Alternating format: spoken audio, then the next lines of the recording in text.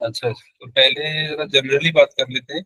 Databases होते क्या है, या ये कहाँ कहाँ पर हमारी रियल लाइफ में यूज हो रहे होते हैं।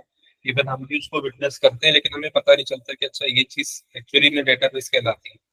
तो डेटाबेस कोई भी यानी प्रॉपर या स्ट्रक्चर्ड कलेक्शन ऑफ डेटा होती है that allows people to extract information in a way that meets their needs.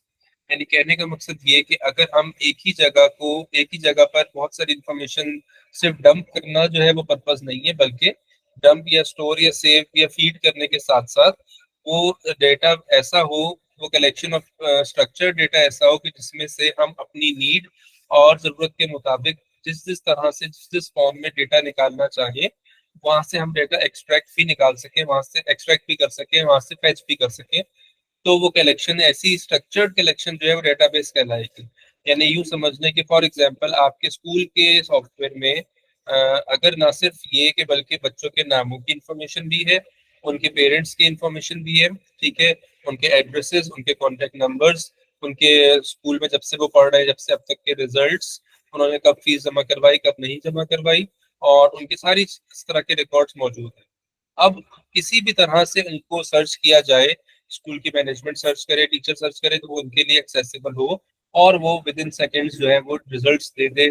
चाहे वो थ्रू रजिस्ट्रेशन नंबर सर्च किया जाए, through father's name, through CNIC, ठीक है, या पूरी क्लास का रिकॉर्ड चेक किया जाए, पूरे किसी पर्टिकुलर सेक्शन का किया जाए, ठीक है, बॉयज स्टूडेंट्स का अलग चेक करना हो, फीमेल्स का अलग करना हो, तो किसी भी कैटेगरी के वाइज किसी भी क्लासिफिकेशन क्राइटेरिया के अकॉर्डिंगली कुछ भी सर्च करना हो, रिक्वायर्ड रिजल्ट्स निकाल के दे, तो हम उसको डेटाबेस कहेंगे, क्योंकि वो एक स्ट्रक्चर्ड कलेक्शन है जिसमें ना सिर्फ लोगों का डेटा सेव है बल्कि उसको एक्सट्रैक्ट भी किया जाता है।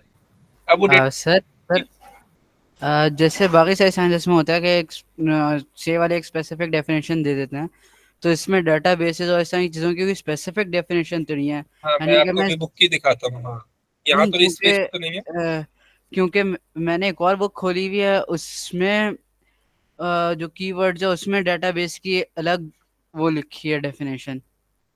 अच्छा, मैं आपको यहाँ वाली दिखाता हूँ, देखते हैं यहाँ क्या लिखी हुई है।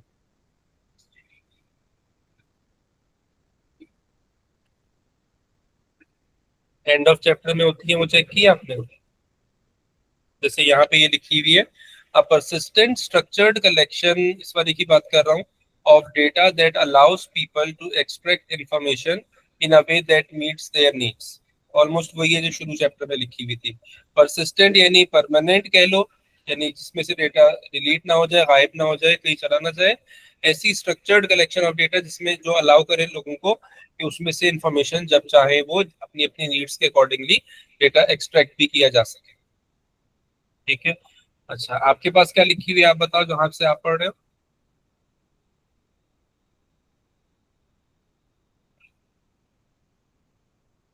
जो मेरे पास लिखी हुई है वो इधर लिखी है, database an example of application software to store and manipulate data. अच्छा, वहां पे ये पता है किस सेंस में दी हुई है? यहाँ पे one of the type of software के तौर पे दी हुई है जहां से आप पढ़ रहे हो ना। अच्छा, मैं एक और आपको शायद। दिखाता हूँ। हाँ, क्योंकि वो एप्लीकेशन सॉफ्टवेयर की बात कर रहे हैं ना।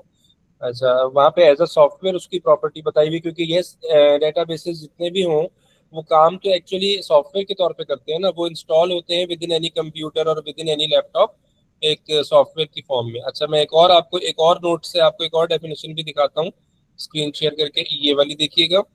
इसमें लिखा हुआ है पहले पॉइंटर में, a database is a structured collection of data so it can be searched, sorted, filtered and analysed quickly. ये बेहतर है इन तीनों में कि डेटाबेस एक ऐसी स्ट्रक्चर्ड कलेक्शन ऑफ डेटा है कि जिसमें ना सिर्फ सर्च भी किया जा सकता है, सॉर्ट भी करवाया जा सकता है, कि फॉर एग्जांपल 10A के सारे बच्चे या वो बच्चे जिन्होंने या फेलियर्स जो है वो उनका डेटा शो हो जाए, ठीक है, सॉर्टिंग भी हो सके, उनको फिल्टर भी किया जा सके, कि फॉर एग्जांपल कराची के पर्टिकुलर एरिया गुलशन इकबाल से जो आ रहे हैं स्टूडेंट्स, उनकी उनकी डिटेल सामने आ जाए, उनकी लिस्ट आ जाए, तो यूं सॉर्ट फिल्टरिंग भी की जा सकती है और डाटा के एनालिसिस भी किए जा सके क्विकली। ठीक है। अच्छा, आगे चलते हैं अब जरा। अच्छा, हाँ, एग्जाम्पल्स की बात कर लें डेटाबेसेस, हॉस्पिटल्स में, स्कूल्स में, बैंक्स में, एयरपोर्ट्स में, रेलवे स्टेशन, सुपरमार्केट्स, हर हर जगह पे डेटाबेसेस मौजूद होते हैं और उस पर्टिकुलर इन्वायरमेंट या उस पर्टिकुलर ऑर्गेनाइजेशन का डेटा उसमें सेव भी किया जा रहा होता है और ये सब भी किया जा रहा होता है जो ऊपर डेफिनेशन में लिखा हुआ है। अच्छा, डेटाबेस के अंदर डेटा जो है वो किसी भी फॉर्म में हो सकता है, टेक्स्ट की फॉर्म में, इमेजेस की फॉर्म में, वीडियोस की फॉर्म में और इवन साउंड की फॉर्म में, ऑडियो की फॉर्म में। डेटाबेस अपने अंदर, अब हम बीइंग अ यूजर तो हमें पता है कि डेटाबेस से ये किया जा सकता है, उसका इस तरीके से फायदा उठाया जा सकता है, लेकिन इंटरनली हम उसको जानने की कोशिश कर रहे हैं कि डेटाबेस के अंदर टेबल डेटा किस फॉर्म में स्टोर होता है। वो टेबल्स की फॉर्म में होता है। टेबल्स के अंदर रैकेट्स होते हैं of data represented by one row. यानी अगर मैं इसकी बात करूं यहाँ पे नीचे, जैसे ये एक आपके सामने एक टेबल दिया हुआ है, database containing the customers details, ठीक है। अब इसके अंदर डिफरेंट रोज हमें नजर आ रही है। So each row is a record. तो इसके अंदर पहली रो ये वाली, दूसरी रो, तीसरी रो, 3 रोज है। तो हम कह सकते हैं कि इसके अंदर 3 रैकेट्स मौजूद हैं और हर एक रैकेट के अंदर जो है वो फिर हमें डिफरेंट कॉलम्स नजर आ रहे हैं, ठीक है।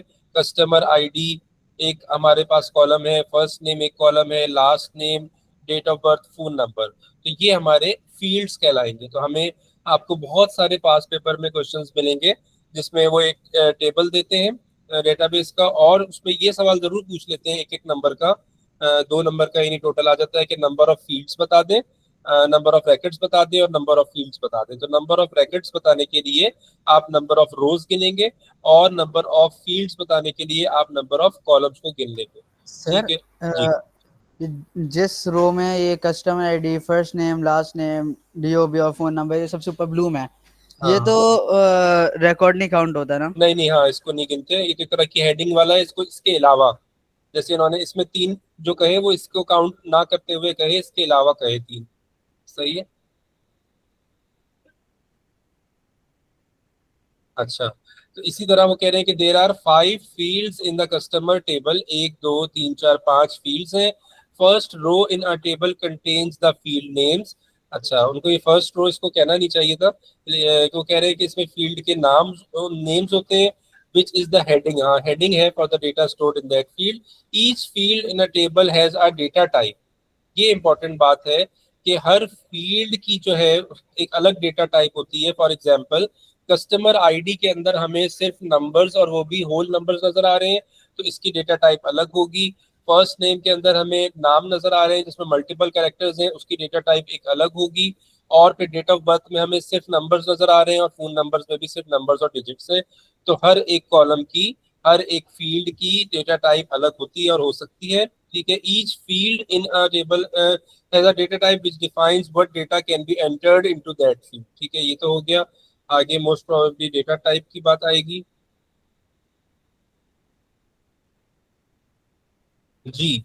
जैसे इस वाले में पूछा गया कि how many fields are there in the dogs table shown above.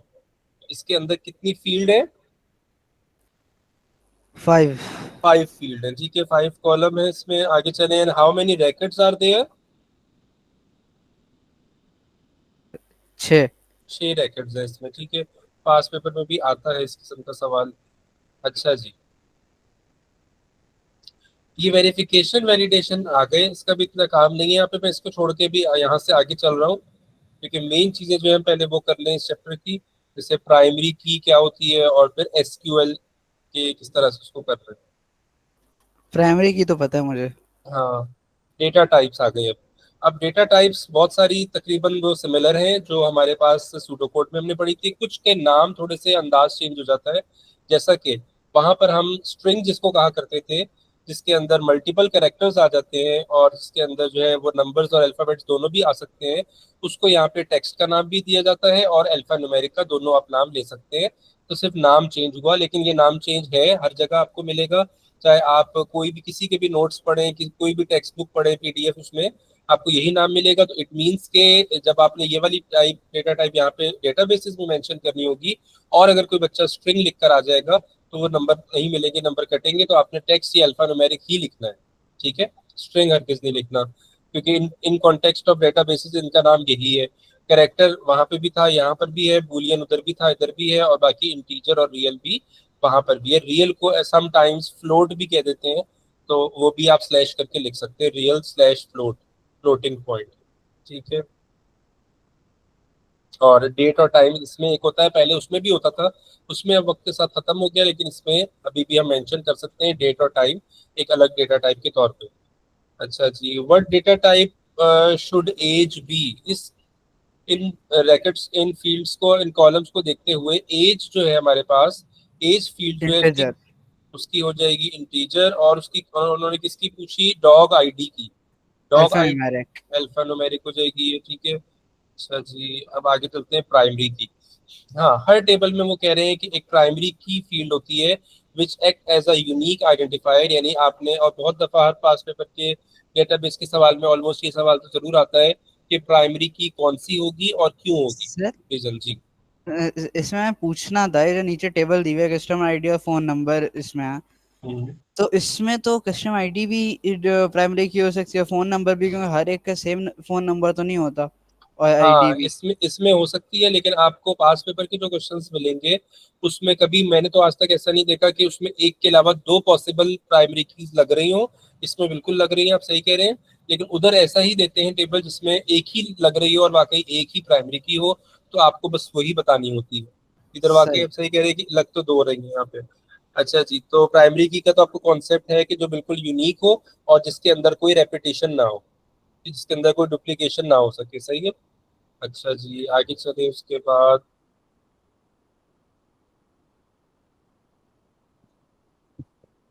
अच्छा, इसमें अगर ज्यादा बारीकी में जाएं हम बात, तो इसमें फोन नंबर जो है वो डुप्लीकेट इसलिए हो सकता है कि फॉर एग्जांपल आप और आपके कोई भाई या बहन, दोनों ने ये कोई लेट से कोई किसी ट्यूशन का कोई फॉर्म है, किसी स्कूल का फॉर्म है, किसी जिम या स्विमिंग पूल का फॉर्म है जहाँ पे आपने भी एडमिशन लिया हुआ है और आपके भाई ने भी एडमिशन लिया हुआ है, और ये वहाँ के लेट से कस्टमर या वहाँ के मेंबर्स का डेटाबेस है।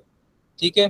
तो अब क्या होगा, आपका और आपके भाई का लास्ट नेम तो चलो छोड़ दो, सेम हो सकता है नहीं हो सकता है, फर्स्ट नेम, लास्ट नेम भी बात दफा डिफरेंट हो जाते हैं सिबलिंग्स में भी, इवन डेट ऑफ बर्थ भी चले सेम हो या मान ले कि अलग अलग है, सेम है जो भी। लेकिन किसका कह रहे थे आप, फोन नंबर पे डाउट कर रहे थे ना। अब लेट से जी। Home phone residence phone number लिखना था, अब वो आप दोनों सेम ही देकर आओगे, तो इस वजह से फोन नंबर को हम जो है वो प्राइमरी की नहीं कह सकते। जबकि कस्टमर सही। ID is just a serial number.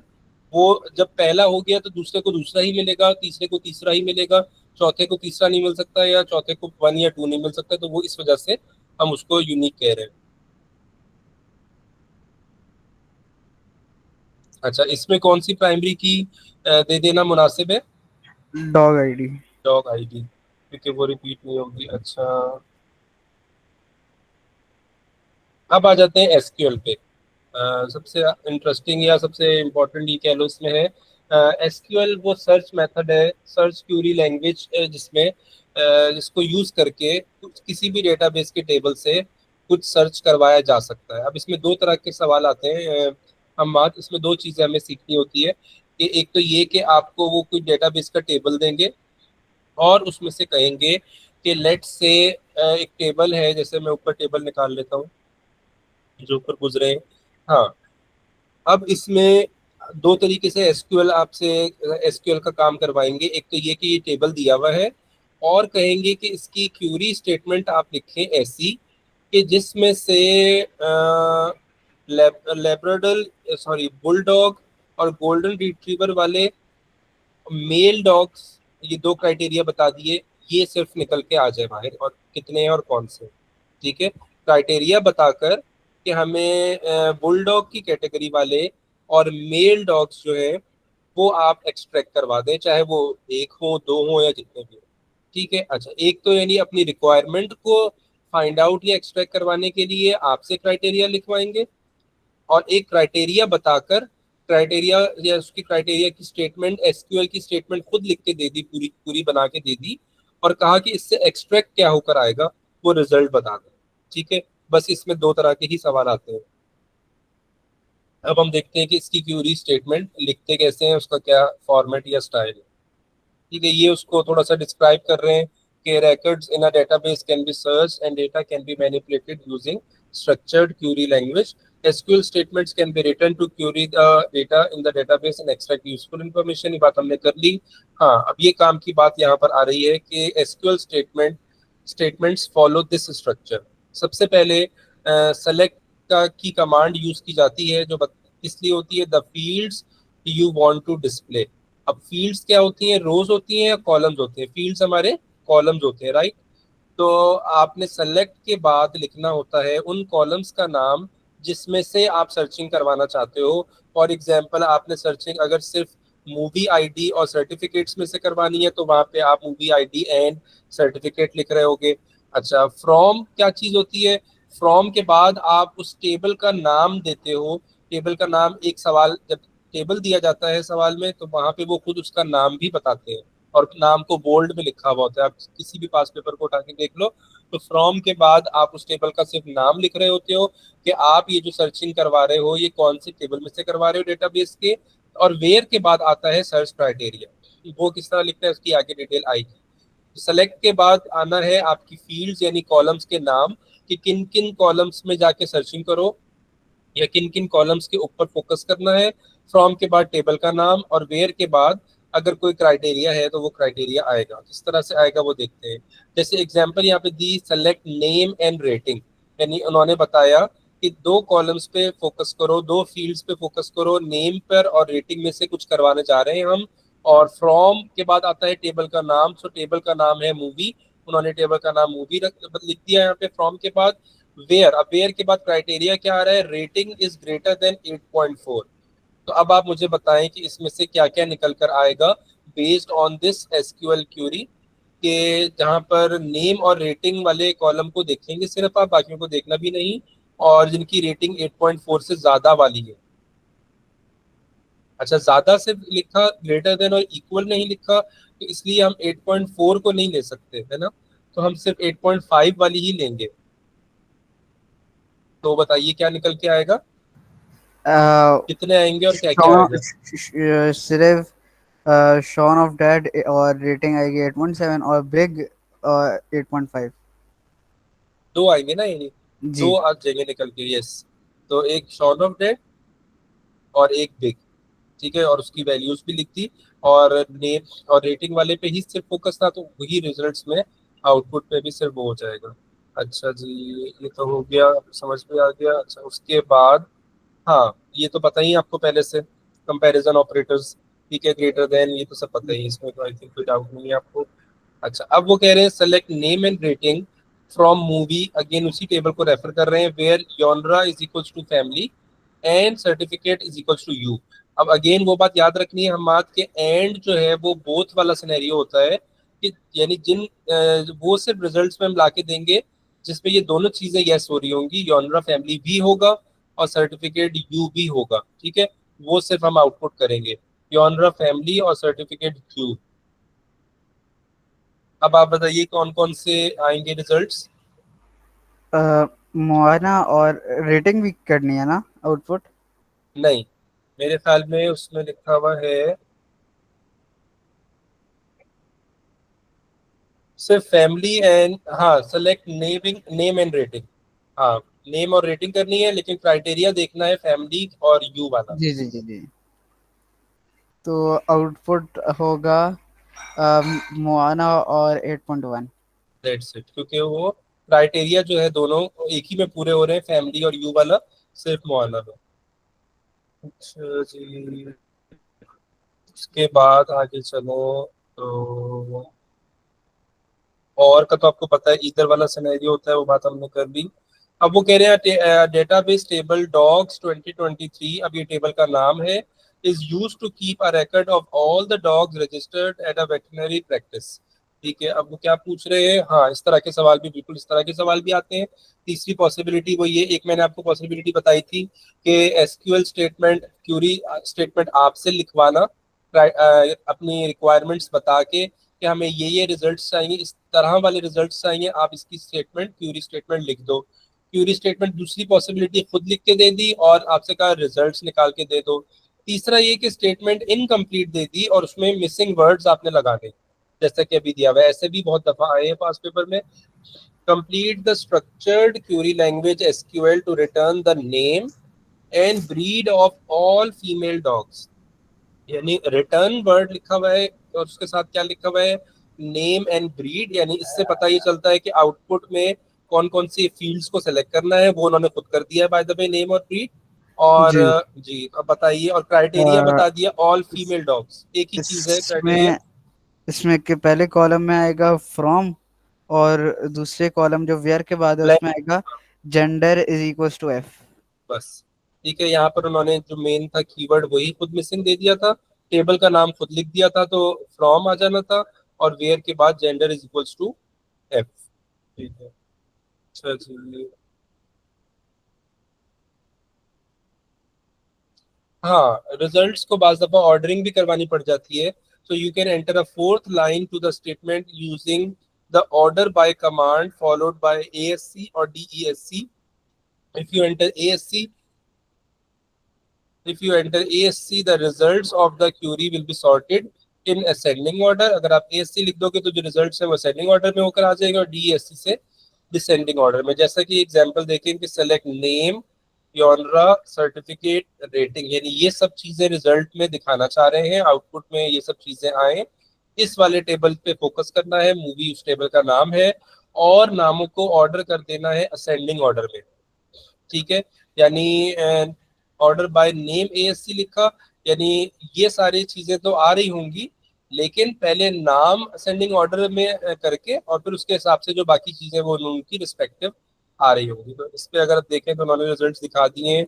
सबसे पहले बी वाला आ गया बिग, फिर डी वाला, फिर एम वाला, फिर एस वाला, और फिर उनके रिस्पेक्टिव कॉलम्स जो भी थे डेटा वो आ गया। ठीक है, इसमें कोई अच्छा कंफ्यूजन तो नहीं? सर, इसमें एक बात है, जी। जैसे नेम वाले में तो अल्फाबेटिकली हो जाएगा, फैमिली वाले हाँ में, जॉनर वाले में भी, और हाँ रेटिंग वाले में वो नंबर्स के हिसाब से हो जाएगा। हाँ। पर सर्टिफिकेट में कैसे होगा, क्योंकि इसमें दो नंबर्स हैं और दो लेटर्स हैं। नहीं, आप समझे नहीं। ये जो ऑर्डर बाय वाली कमांड आप देखो, इसमें ASC किसके साथ लिखा हुआ है? सिर्फ नेम के साथ। यानी वो सिर्फ नेम वाले कॉलम को सेंडिंग ऑर्डर में कर रहे हैं। ठीक है, बाकी वो किसी भी कॉलम को उन्होंने सेंडिंग ऑर्डर या डिसेंडिंग में किया ही नहीं। बाकी जब ये असेंडिंग ऑर्डर में नेम वाले हो गए, तो बाकियों की जो डेटा था वो एज इट इज सामने लिख दिया लाके। नहीं, वो हाँ। वो तो समझ गया, मैं पूछ रहा हूँ कि अच्छा, अगर करना पड़ अगर, जाए। हाँ, आप ये पूछ रहे हो? जी, अगर हम सर्टिफिकेट वाला करें तो। सर्टिफिकेट वाला हो ही नहीं सकता। आप वैसे भी लॉजिकली सोचो, मैथ्स में या मैथ्स में अगर कह दिया जाए कि नंबर्स के हिसाब से कह दिया जाए कि असेंडिंग या डिसेंडिंग करो, और सारे नंबर्स हो तो ठीक है, आप कर दोगे। लेकिन उधर मैथ्स वाले में कोई अल्फाबेट घुसा दिया जाए तो नहीं हो सकता। इसी तरह इंग्लिश के कॉन्टेक्स्ट में आप सोचो कि असेंडिंग और डिसेंडिंग बोला जाए, तो लेकिन हाँ, इसमें एक आप कर सकते हो, लेकिन वो बहुत ज्यादा कॉम्प्लिकेट फिर भी मेरे ख्याल में पॉसिबल नहीं होगा कि आप मल्टीपल एंड और के लगाओ। फिर भी नहीं होगा, ये कंफ्यूज हो जाएगा, क्योंकि या तो सारा अल्फाबेट्स के अकॉर्डिंगली हो डेटा, तो हो सकती है ऑर्डरिंग सॉर्टिंग उसकी, या सारे न्यूमेरिक्स हो, नंबर्स हो, डिजिट्स हो, तो हो सकती है। अच्छा मैंने सर। मेरे सामने से आज तक नहीं वैसे ऐसा गुजरा कि जिसमें एक ही के अंदर डिजिट्स भी हो और अल्फाबेट्स भी हो, और उसकी सॉर्टिंग करने को कहा जाए। हाँ, अगली कमांड्स देख लेते हैं, वो है सम और काउंट की। सम कमांड्स के command can be use to add numerical data, sum के थ्रू न्यूमेरिकल डाटा ऐड हो रहा होता है। और काउंट जो है वो कमांड जो है वो यूज होती है कि नंबर ऑफ आइटम्स कितने हैं डेटा में, वो कर रहे होते हैं। यानी यूं समझे कि सम जो है वो एडिशन वाला काम करती है, और काउंट वो काम करता है जैसे सूडो कोड में हमने काउंट के वेरिएबल को हम यूज करते थे, जो हमेशा इंक्रीमेंट बाय वन होता था, कि प्लस अब ये वन प्लस अब वन। एक दफा हो गया, दो दफा, तीन दफा। तो ये सम और काउंट का डिफरेंस है, किस तरह से यूज होता है वो भी देख लें। कि सेलेक्ट के बाद लिखा सम, और सम के बाद हमें बताना होता है उस फील्ड का नाम कि जिसका सम करवाना है। उन्होंने क्वांटिटी इन स्टॉक लिखा, यानी क्वांटिटी इन स्टॉक मींस कि इसका मतलब है ये सारी वैल्यूज आपस में ऐड हो जाएंगी, और फ्रॉम के बाद टेबल का नाम आया, प्रोडक्ट टेबल। अब इसकी वजह से जो रिजल्ट आएगा वो ना कह रहे 25 आएगा, 5, 10, सही है, 22 और 25, क्योंकि इस कॉलम इस फील्ड के अंदर क्वांटिटी इन स्टॉक वाले सारे आपस में ऐड हो गए। अच्छा, फिर उन्होंने लिखा सेलेक्ट काउंट और स्टेरिक। स्टेरिक से क्या मुराद होती है? From product table where price is greater than 2। Price greater than 2 वाले कौन से हैं? अब ग्रेटर देन और इक्वल टू नहीं कहा उन्होंने, उन्होंने सिर्फ ग्रेटर देन कहा, तो ये भी आ जाएगा, ये भी आ जाएगा, ये भी आ जाएगा। ठीक है, ये तीन आ जाएंगे। आ गया। तो इस वजह से तीन जो है वो रिजल्ट। सर, जी। तो इसमें हमने स्टार क्यों लगाया, इसमें हमने प्राइस क्यों नहीं लिखा? हाँ वही मुझे हैरत हो रही है। एक मिनट हम अपने दूसरे डॉक्यूमेंट पे चलते हैं, इन्होंने कोई बर्ड ना मारा हुआ, उधर देखते हैं उन्होंने क्या लिखा, जो एक्चुअल हमारी बुक है ऑफिशियल।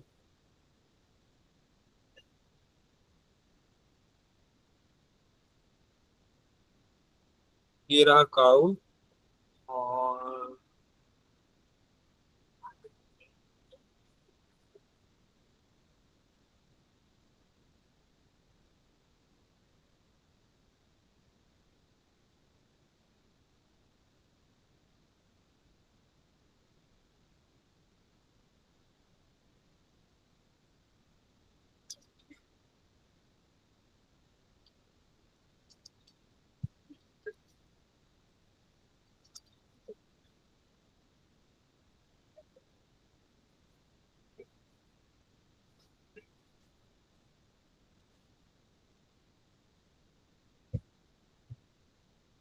अच्छा जी, इसके अंदर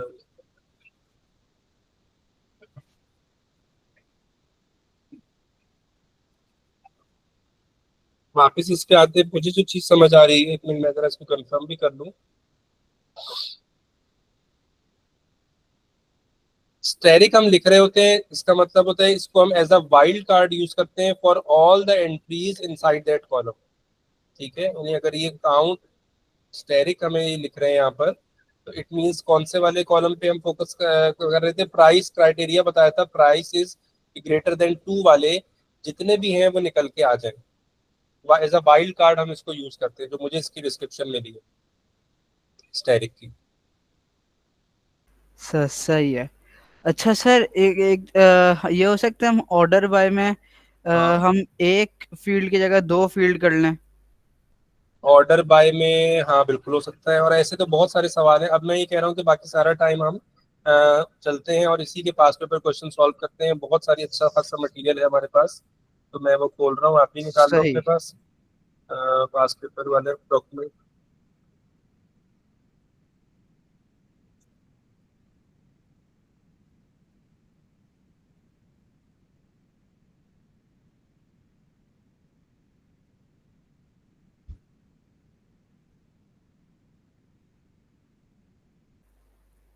चलिए, इसके हैं 237 से। हाँ, इस डॉक्यूमेंट में एक चीज का ख्याल रखिएगा अपना हमाद, कि इसमें हम वो वाले सवाल सारे स्किप कर देंगे, आपने नहीं करने, जो क्योंकि ये इसमें पुराने ये जो एसक्यूएल है ना, ये भी 2022 के बाद ऐड हुआ है। मैं आपको क्वेश्चंस की शक्ल दिखाता हूँ। पहले क्यूरी बाय एग्जाम्पल वाला मेथड यूज होता था, ये देखें। जहां कहीं पे भी आपको टेबल और टेबल में मौजूद ऐसे डब्बे और उसमें टिक नजर आए ना, और साथ सवाल में लिखा हुआ भी हो क्यूरी बाय एग्जाम्पल, ये देखें स्टेटमेंट के अंदर आखिरी लाइन में देखें क्यूरी बाय एग्जाम्पल लिखा हुआ है ना, तो क्यूरी बाय एग्जाम्पल वाला अब नहीं है। ये एसक्यूएल से पहले मेथड यूज होता था। अब लेटेस्ट जो हम सिलेबस करंटली पढ़ रहे हैं उसमें एसक्यूएल मेथड आ चुका है, और हमने वही पढ़ा है सारा। तो अब यूं समझें कि इस या किसी भी ऐसे पास पेपर डॉक्यूमेंट में जहां पर ये क्यूरी बाय एग्जाम्पल वाले क्वेश्चन है, ये इनवैलिड है, ये इनअप्रोप्रिएट है, हमें करना ही नहीं है, क्योंकि हमारे सिलेबस में भी रहा ही नहीं है। ठीक है, तो यानी इससे ये भी पता चला कि आपको एसक्यूएल के जो क्वेश्चंस है वो आई थिंक 2022 ऑनवर्ड्स वाले में मिलेंगे। चलो हम बैरल इसको शुरू से करते हैं, जहां जहां ये आएंगे हम इसको स्किप करते जाएंगे, देखते हैं ये शुरू कहाँ से हो रहे हैं। अच्छा जी, तो इसका, हाँ अब आप मुझे एक एक करके बताते जाए, verbally भी बताते जाए। A database table sheep is used to keep a record of the sheep on the farm. Each sheep has a unique ear tag, और उसका फॉर्मेट भी बता दिया। n is a single digit. The farmer keeps a record of the date of birth, the gender and the current weight of each sheep in the kilograms. आपने बतानी है identify the 4 fields required for the database. Give each field a suitable name. यानी columns बताने हैं आपने, and data type बतानी है उनकी। पहली और फील्ड का नाम तो हो जाएगा शीप आईडी, डेटा ठीक है, टाइप हो जाएगा टेक्स्ट या अल्फान्यूमेरिक, और सही है। सैंपल हो जाएगा ईयर 0001। हाँ, ई ए और आर करके और आगे 4 डिजिट्स होंगे, सही है। जी, और फील्ड टू हो जाएगी क्या था, date of birth date of में बर्थ, डेट एंड टाइम। सही वो है। नहीं, डेट ऑफ बर्थ, और फील्ड की टाइप हो जाएगी data type, date and time. Date and time, और डेटा सैंपल हो जाएगा 2101 2 000। सही है। और और उसमें क्योंकि उन्होंने कोई फॉर्मेट नहीं बताया, तो कोई भी फॉर्मेट हो सकता है। फॉर्मेट उन्होंने सिर्फ उसका बताया था, ईयर टैग का। जी, और फील्ड थ्री हो जाएगी क्या कहते हैं, जेंडर। और सही है। डेटा टाइप हो जाएगा बूलियन। और डेटा सैंपल हो जाएगा। अच्छा, उसमें बूलियन भी हो सकता है, वैसे 4 भी हो सकता है अगर सिर्फ एम और एफ लिखे तो। हाँ, हो तो तो कुछ भी। सकता है, मगर हाँ, अगर कोई एम या एफ या अगर बी सी डी डाल दे। जेंडर में बीसीडी। हाँ, नहीं, कोई ऐसी तफरी में डाल दे, ये भी तो हो अच्छा, सकता है। सही है। तो डेटा सैंपल हो जाएगा एम या एफ। ठीक है। और फील्ड फोर हो जाएगी रियल। और डाटा टाइप नहीं, फील्ड इसका फोर हो नाम जाएगी नाम क्या वेट होगा? Weight weight. सही है। और डाटा टाइप हो जाएगी रियल। और ठीक है, डाटा सैंपल हो जाएगा 30.1। बिल्कुल सही है। अच्छा, आप बताइए कि कौन सी state the field choose as primary key कौन सी होगी, बहुत वाज़ेह है। शीप आईडी जो पहली शीप फील्ड आईडी हो होगी। जाएगी, और क्योंकि वो रिपीट नहीं हो रही। अच्छा, अब ये देखिए, सी हमें छोड़ना पड़ेगा क्योंकि उसमें लिखा भाई use the query by example, लेकिन हाँ, हम इसको एसक्यूएल से कर सकते हैं। Write a query to identify the ear tags of all male sheep. अच्छा, अब जो ये एसक्यूएल स्टेटमेंट बनाने वाले हैं, ये आप जुबानी करने की बजाय, या आप भले पेपर पे या भले चैट में, जैसे आपको आसानी हो, आप लिख के मुझे भेजते जाओ, ताकि मैं वो लिखी हुई जल्दी जल्दी देखता जाऊं। अब हम इसको, है तो सवाल इक्विटी बाय एग्जांपल का, लेकिन आप इसको क्राइटेरिया यही देखते हुए आप इसको एसक्यूएल से बना दो। इसकी क्यूरी स्टेटमेंट वही है कि identify the ear tags of all male sheep weighing over 10 kg। हम्म।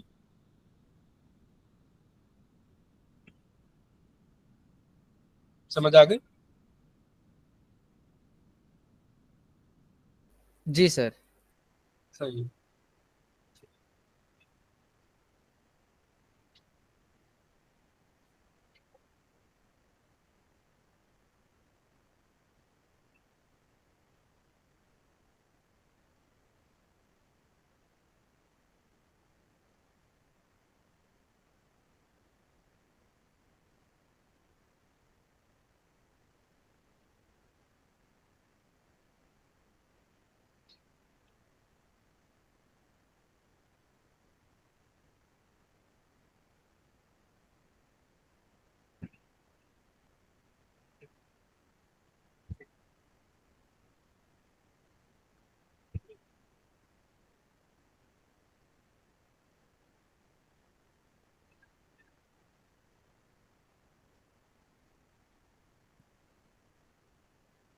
अच्छा, आप भेज कह रहे दिया मैंने। हैं, जी जी, select sheep ID from sheep where. अच्छा, हाँ, क्राइटेरिया में एक चीज आपने शायद मिस कर दी। वो कह रहे थे ऑल मेल शीप, तो मेल वाला क्राइटेरिया नहीं लगाया आपने। वो मैंने देखा नहीं, मैं अभी भेज देता हूँ हाँ, उसका भी। Where gender is equal to male and आ जाएगा वेट इज ग्रेटर देन 10, ऐसे ही है।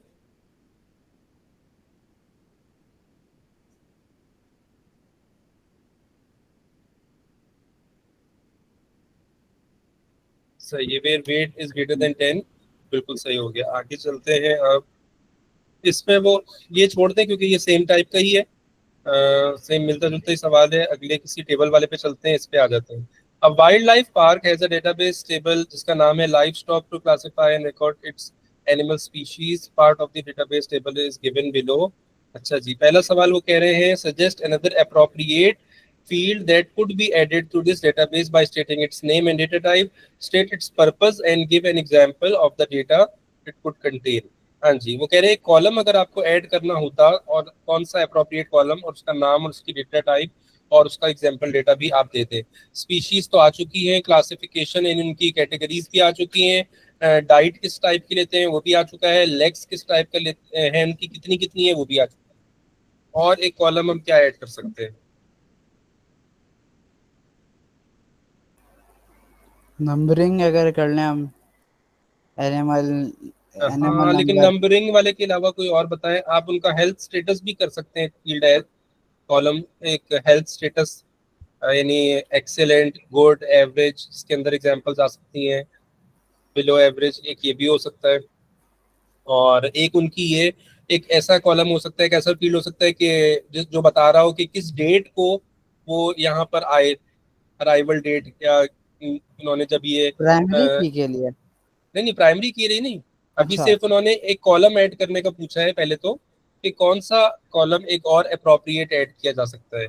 तो देखें, जो उसने जो भी अपने फार्म पे रखे हुए एनिमल्स, वो किसी न किसी डेट को उसके पास पहुंचे होंगे, ठीक है, अलग अलग डेट्स पे जरूर, ठीक है, माइट भी कुछ साथ भी आए हो।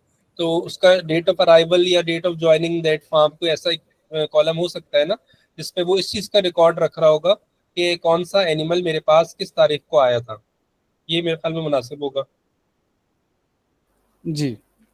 तो इसका वो कह रहे हैं कि फिर इसका नाम बता दें, और इसकी उसके अंदर डेटा टाइप, अगर डेट है, सिर्फ तो तारीख डेट आनी है एंड तो टाइम। डेट टाइप हो जाएगी। पर्पस आप वर्डिंग में बता दें, जो मैंने आपको भी बताया वो हो जाएगा। एग्जाम्पल ऑफ डेटा में आप कोई भी ऐसी डेट लिख दें, वन टी वन तारीख। जीरो वन टू हाँ, टू पर्पस ये हो जाएगा, to keep a record of the dates and the months of all the animals which are there inside his farm। यूं हम करके उसका पर्पस भी लिख देंगे। अच्छा, फिर वो कह रहे हैं कि use the query by example क्या है कि जी, to provide a list of all four leg mammals. ये अब आप मुझे लिख के भेजें, फोर लेग मैमल्स सारे जो हर्बीवोर्स भी हों, और वो सॉर्टेड अल्फाबेटिकली भी हों by species, with only the species displayed. हाँ, डिस्प्ले में सिर्फ स्पीशी चाहिए। इससे पता क्या चलता है कि आप ये वाली चीज सिर्फ सेलेक्ट में लिख रहे होंगे, ठीक है, जी जी। और बाकी क्राइटेरिया उन्होंने बता दिया। अच्छा सर, ऊपर कर लें ताकि मैं वो जी जी। टेबल देख लूँ, ताकि वो कॉलम अच्छा वगैरह अच्छा, नाम होता है। सही है। पिक्चर इसकी मैं भेज दूँ स्क्रीनशॉट लेके, क्योंकि ये दिखाऊंगा तो वो आगे से हट जाएगा। जी मैं जी जी इसकी जी पिक्चर भेज देता हूँ और उसको सामने कर देता हूँ आपके। जी।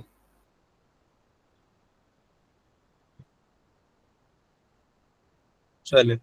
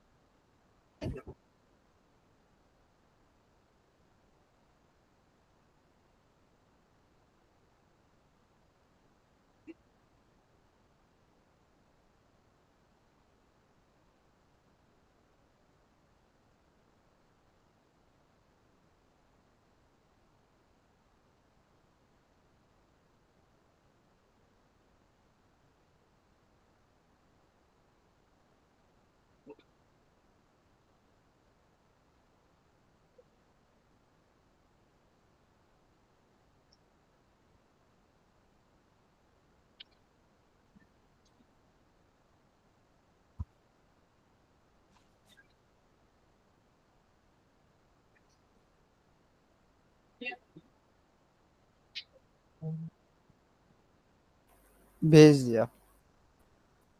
जी बेटा। अच्छा, स्पीशीज जो है वो लिया फ्रॉम लाइफ स्टॉक से, where diet is equal to herbivore and legs is equal to 4, इतना से बिल्कुल ठीक है। और ऑर्डर बाय स्पीशीज असेंडिंग, बिल्कुल सही है। अच्छा जी, उसके बाद वो कह रहे हैं कि इसमें बता दें फील्ड्स कितनी है और रैकेट्स कितने हैं। फील्ड्स होते हैं कॉलम, रैकेट्स होते हैं रोज। एक, दो, तीन, चार, पांच। तो पांच क्या हुए फील्ड्स।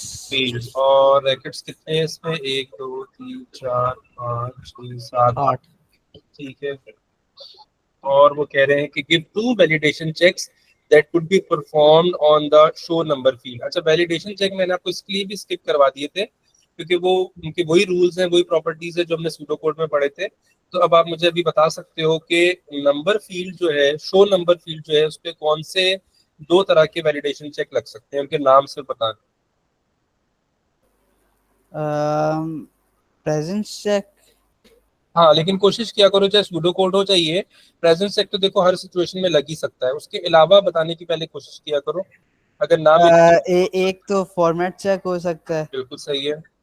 और दूसरा भी अगर बहुत सिंपल है। अगर इसमें हमारे पास स्पेसिफिक नंबर्स ऑफ एनिमल हो तो फिर लेंथ चेक भी हो सकता है।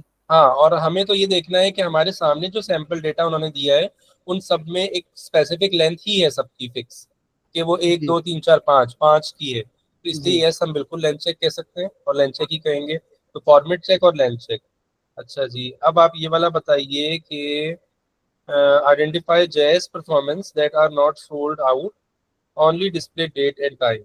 ये भी मैं आपको भेज देता हूँ, ये भी आप जल्दी से कर दो।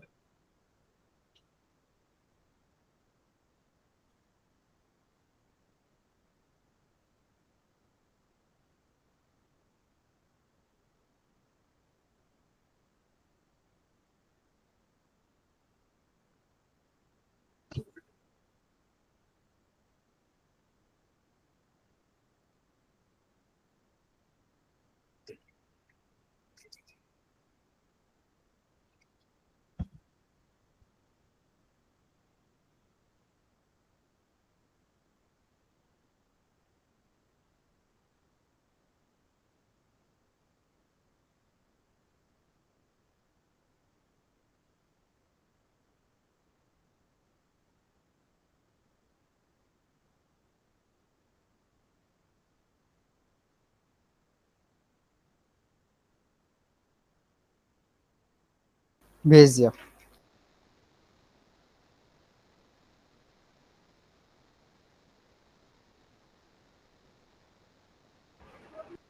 जी बेटा, अच्छा आपने लिखा डेट को सिलेक्ट करवाना है, और क्योंकि उन्होंने कहा था on the display the date and the title. हाँ, तो डेट एंड टाइटल हो जाएगा, सही है। और म्यूजिक में से वेयर टाइप जैज हो और सोल्ड नो हो, बिल्कुल सही है। उसके बाद इस वाले पे आ गए, नंबर ऑफ फील्ड्स पूछ रहे हैं अगेन, मैंने आपसे कहा था अक्सर आ जाते हैं ये सवाल। तो नंबर ऑफ फील्ड्स कितनी है इसमें हमारे पास? 5। 5 है। अच्छा, एक सेकंड रुकिएगा। जी, एक दो तीन चार पांच हो गई नंबर ऑफ फील्ड्स। फिर वो कह रहे हैं कि the tree numbering system uses T N followed by the three digits, the numbering system will not work if there are over 1000 trees. Describe with an aid of an example how you could change the tree numbering system to allow for over 1000 trees. First, existing tree numbers must not be changed. Tree number जो कह रहे हैं, वो कह रहे हैं कि वो ऐसा अभी उन्होंने फॉर्मेट रखा। एक मिनट का चार्जर लगा लो, बैटरी हो गई आप तक, इसको ट्राई करो तो इधर चार्जर लेकर आया हूँ।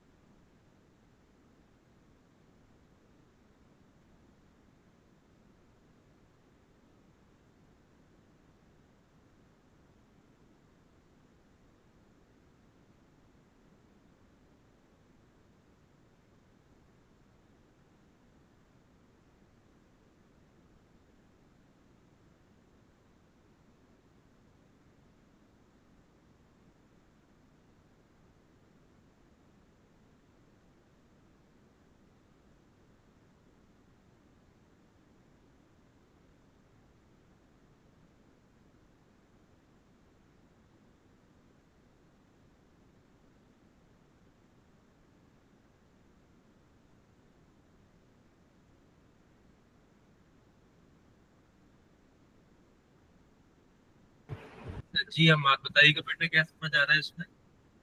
पार्ट बी की बात कर रहा हूँ, म्यूट करके बताइए।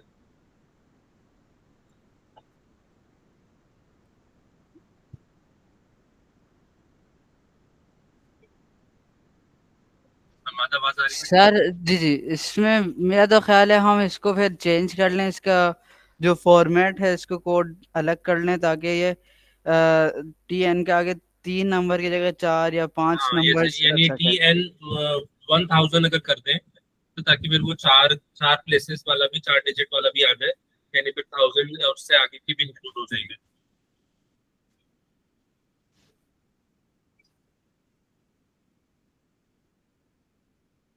अच्छा, आगे चले। वैसे मैंने ऐसा सवाल कहीं और देखा नहीं।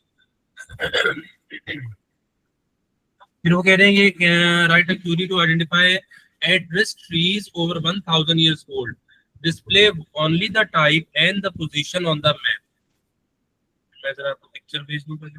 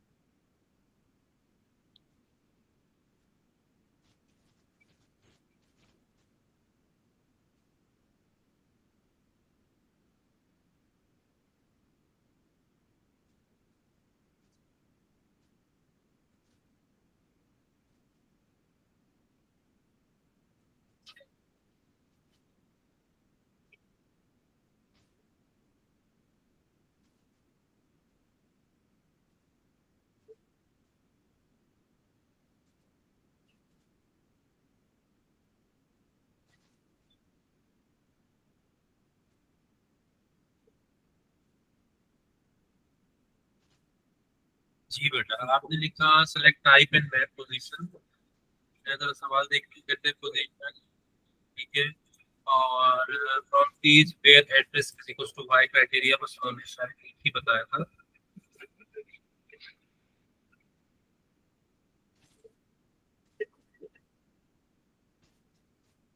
नहीं, क्राइटेरिया में था एड्रेस ओवर 100 years ओल्ड, यानी जो 100 years ओल्ड भी हो, ओवर 100 years ओल्ड भी हो, एड्रेस भी हो। यानी उन्होंने हमारे इसमें क्राइटेरिया में दो चीजें बता दी थी, विदाउट एंड कोई गैप दिए बिना, तो लग वो एक रहा था।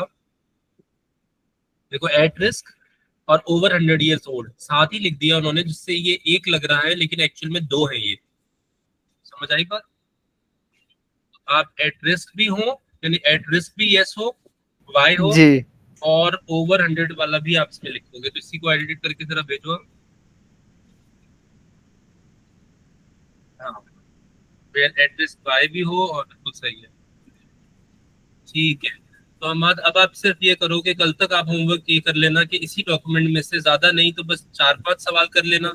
और कोशिश करना कि एक टाइप की रिपीट ना हो, यानी एक टाइप की रिपीट ना होने से मतलब ये कि अगर रिक्वायरमेंट बता के क्यूरी स्टेटमेंट वाले 2-3 लिखने वाले कर लिए, और क्यूरी स्टेटमेंट लिखी भी है, रिजल्ट निकाल के देने वाले इसके 2-3, और 2-3 कर लेना जहाँ पे फिल इन दी ब्लैंक की फॉर्म में उन्होंने क्यूरी स्टेटमेंट इनकम्प्लीट दी होती है, आपने पूरी करनी होती है।